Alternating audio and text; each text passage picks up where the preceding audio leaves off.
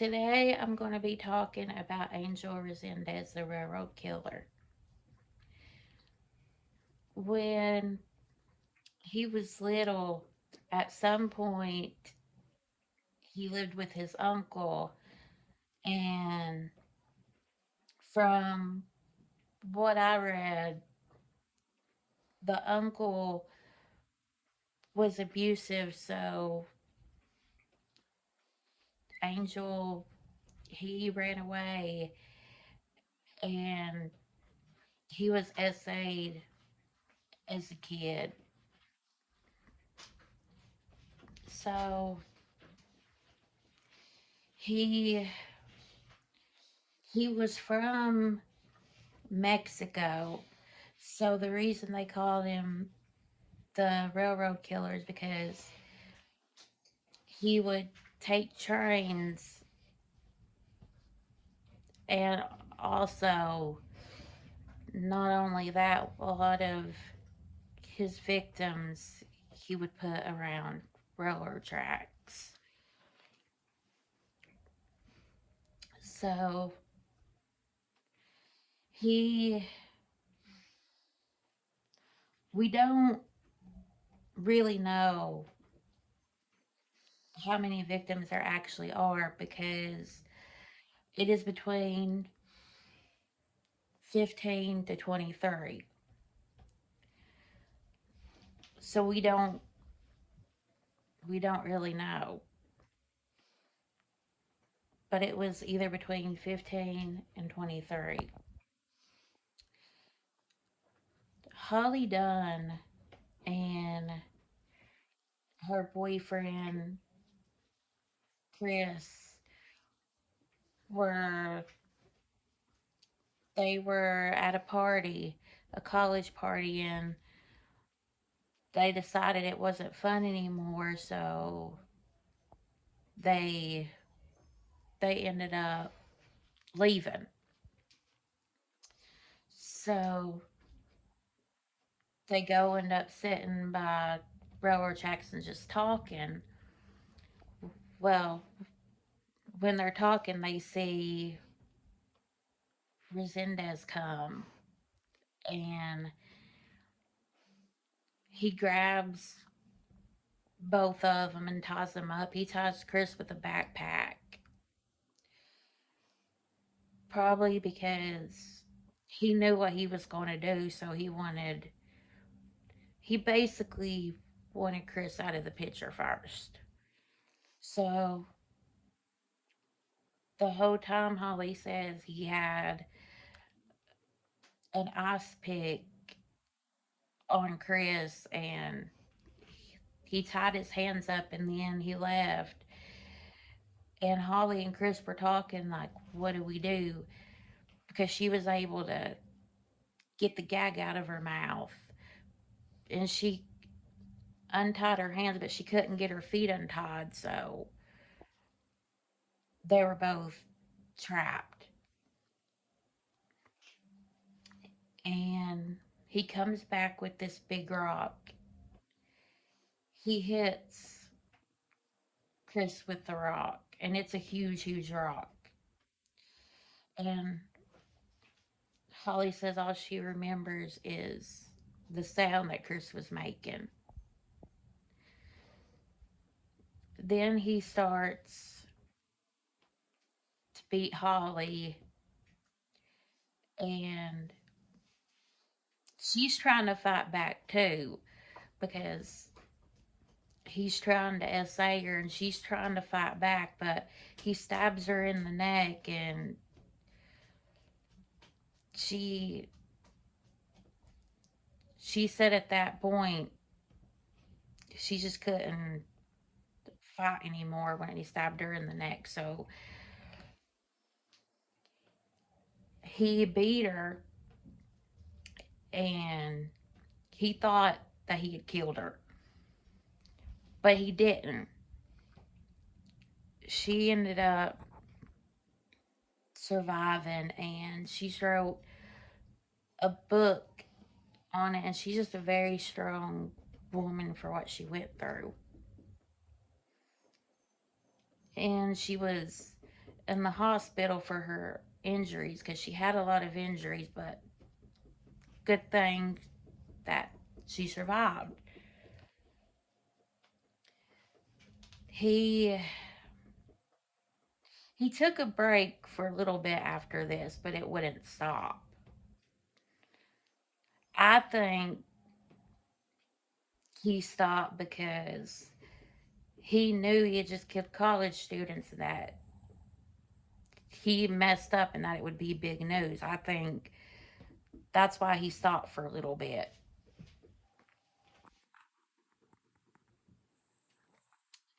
So,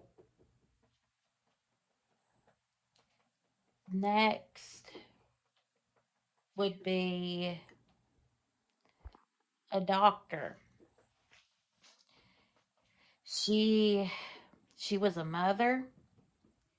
Her kids and her husband went out of town for Christmas because she had to work, so she stayed. He broke into her home and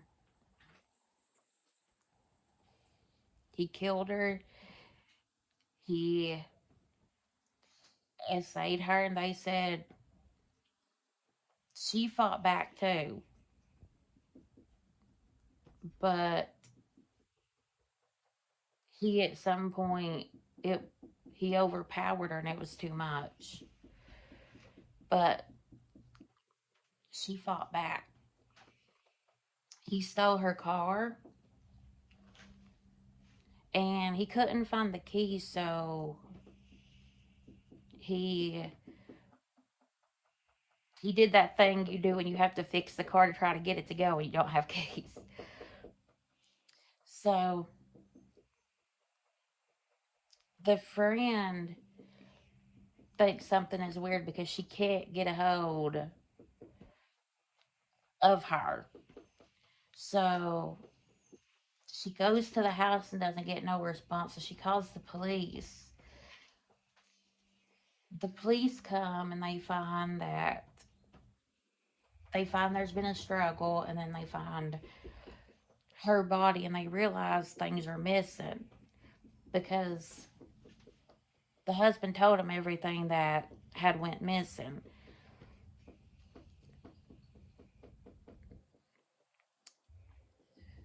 He he killed one young couple because he said he he thought they were against Christians, which I say to that, it tells us in the Bible not to kill. So, obviously, but that was his excuse as to why.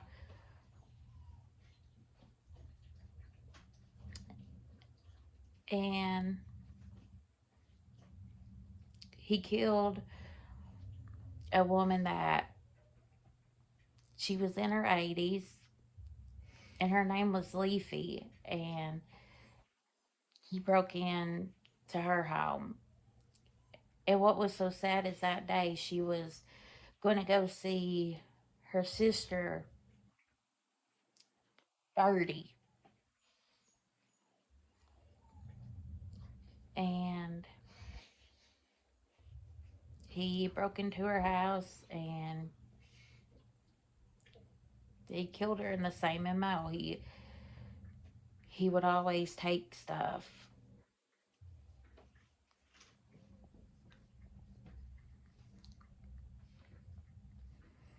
And a neighbor ended up calling the police because they said one thing about her. She, what it was is the neighbor was going to take her to see her sister.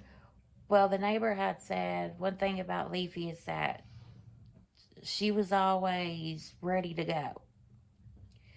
So when she didn't answer, the neighbor thought it was weird. So called the police, and that's where they found her.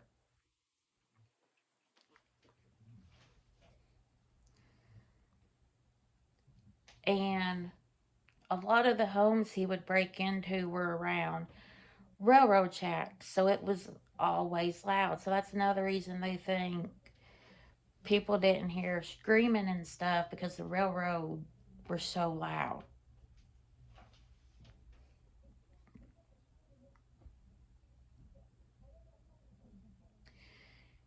He killed a preacher and his wife. And he, when he would break into a home, a lot of the times, he would use like weapons that they had. So, like if they had knives or anything, that's what he would use. Maybe he thought that would help him not get caught, but that's what he did a lot.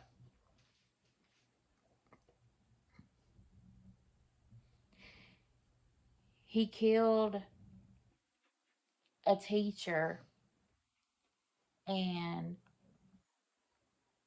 she was only 26, and her name was Naomi. And he stole her car, but the from where Holly, she was able to give a description of the killer, and she remembered everything about him, because she said she wanted to remember everything about him. So the police catch him at some point, because they, at this point, they're really trying to find him. And so they have police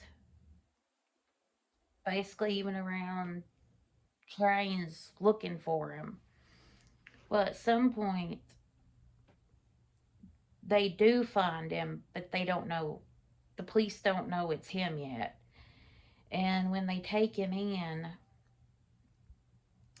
there was a glitch in the computer, so they didn't know that he was the suspect in these murders at the time. So, because of the glitch, he was let go.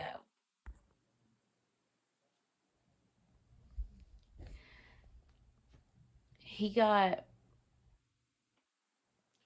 one young couple from, they were both on the train, and they were, the girl was just sleeping. And so he got the guy first, and he killed him and put his body on the railroad tracks. And he got the girl, he killed her too. But the police found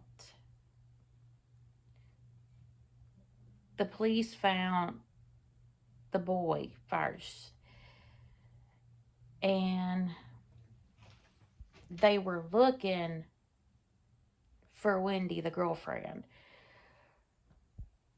and they would find her body. And she was only 16. So it was just sad. The couple were very young.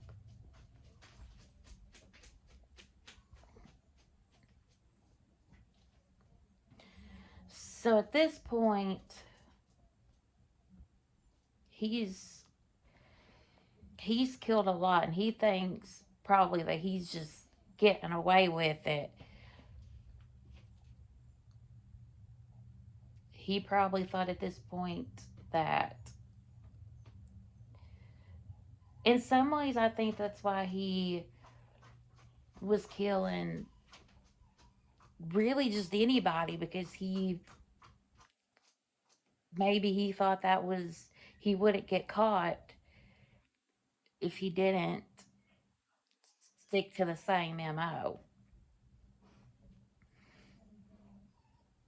So after he's killed the couple and he killed the teacher. And one thing about Naomi, that was the teacher, when she passed, they ended up, in honor of her, they put the school in her name. So I thought that was really cool.